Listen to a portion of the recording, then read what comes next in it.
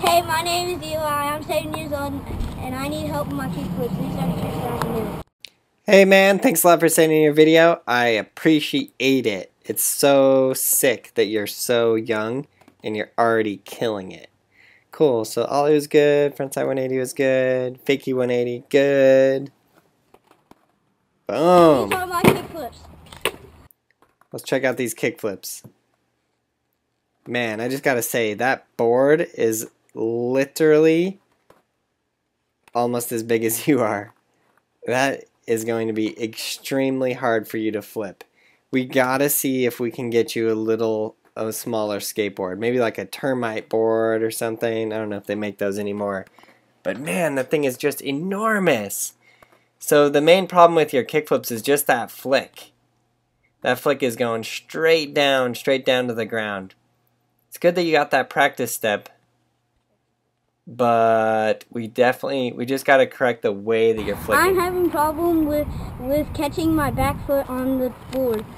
Ninja Turtles!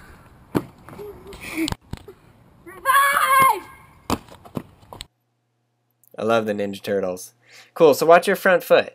Right here goes up, but then it goes boom, down and away. And your back foot, yeah, it's back there.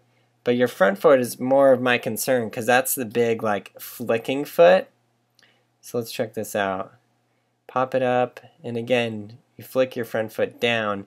That is the incorrect direction. But honestly, the bigger thing for you at this point, I would really like to see if there is like a skate shop that might have a smaller board. Just not so long. That thing is enormous. But I am amazed that you can do the 180s on it as good as you can, so that's great. If you want to keep going with that big of a board, that's fine, you can. But just in terms of like doing some of the flip tricks, you got to get a board that's less enormous, just in terms of the ratio of the board to your size. That thing is just huge. A lot of people are skating 8-inch wide, and that's totally fine. That's not necessarily too big. But when you're young and your feet are small and you're not that tall, it's very difficult to flip around an 8-inch board. Personally, I am about 6 foot 2 inches, and I skate a 7.75-inch board.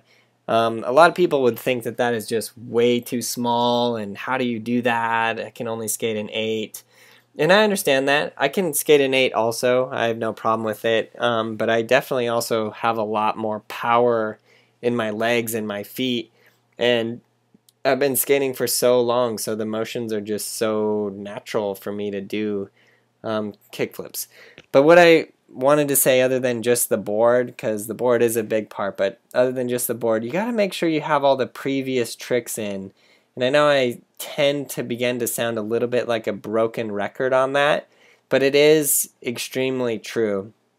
I continually find out how true it is as I like teach people to skate in person. So I took Lance through all of the tricks. Lance, he had skated before in his life, but he had never done, like, he knew how to ollie. He knew how to ollie okay, and that was about it. And I took him from ollie, frontside 180, backside 180, pop shove, front shove, heel flip, and then finally the kick flip in that exact order.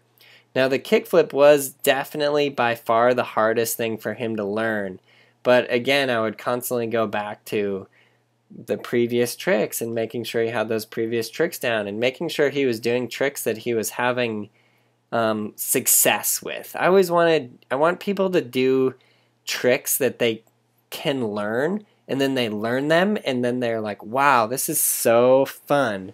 Oftentimes you start out skateboarding and you just want to kickflip because it is the coolest thing in the world.